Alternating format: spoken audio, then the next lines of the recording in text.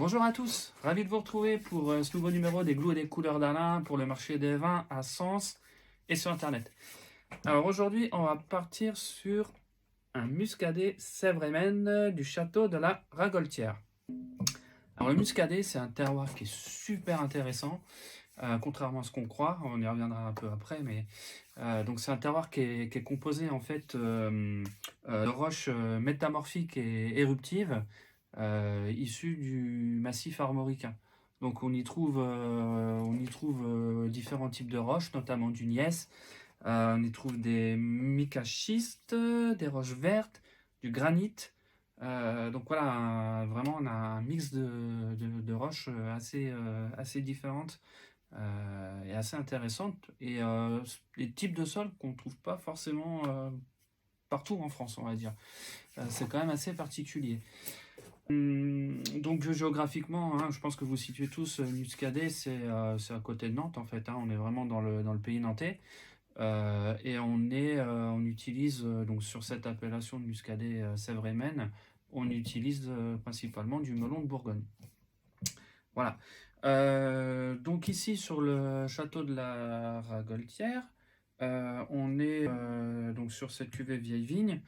On est en 100% melon de Bourgogne et on est sur une viticulture qui est en conversion bio. Voilà. On va le goûter maintenant.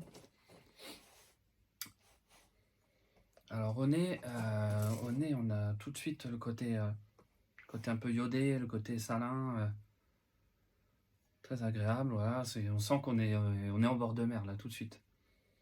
Il y a un petit côté aussi agrumes, citron, un petit côté pomme verte, super agréable. Une petite touche florale aussi, super sympa.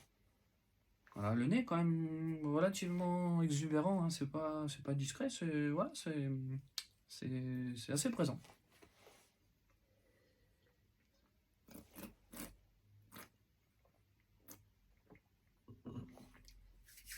Donc là en bouche, on a tout ce qu'on attend d'un muscadet, sans les travers entre guillemets.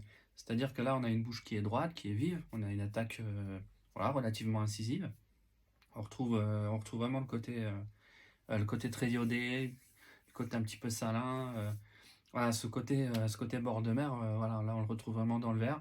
On retrouve aussi un petit peu cette légère note de pomme verte qu'on trouvait au nez. On le trouve aussi au niveau de l'aromatique en bouche. Et puis on a une finale aussi, voilà, qui est saline, voilà, qui s'étend tranquillement. Donc voilà, on est vraiment sur une bouche très fraîche, très agréable.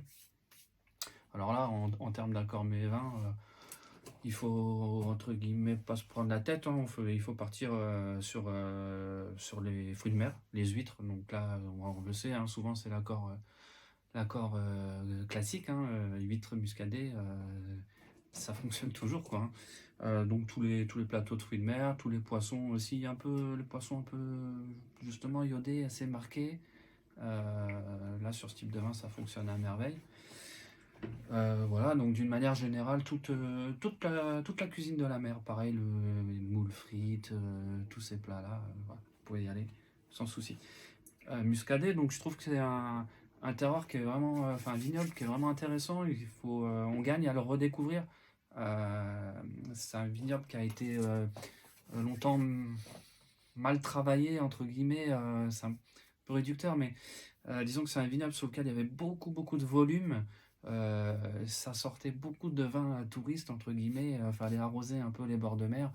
Donc on y allait fort sur les rendements. Donc voilà, ça sortait des vins qui étaient souvent très acides, qui étaient un peu insipides, pas forcément très intéressants.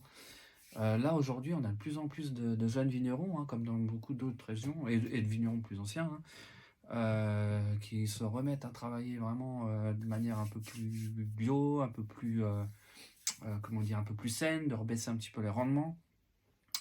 Donc on recommence vraiment à retrouver des vins super intéressants.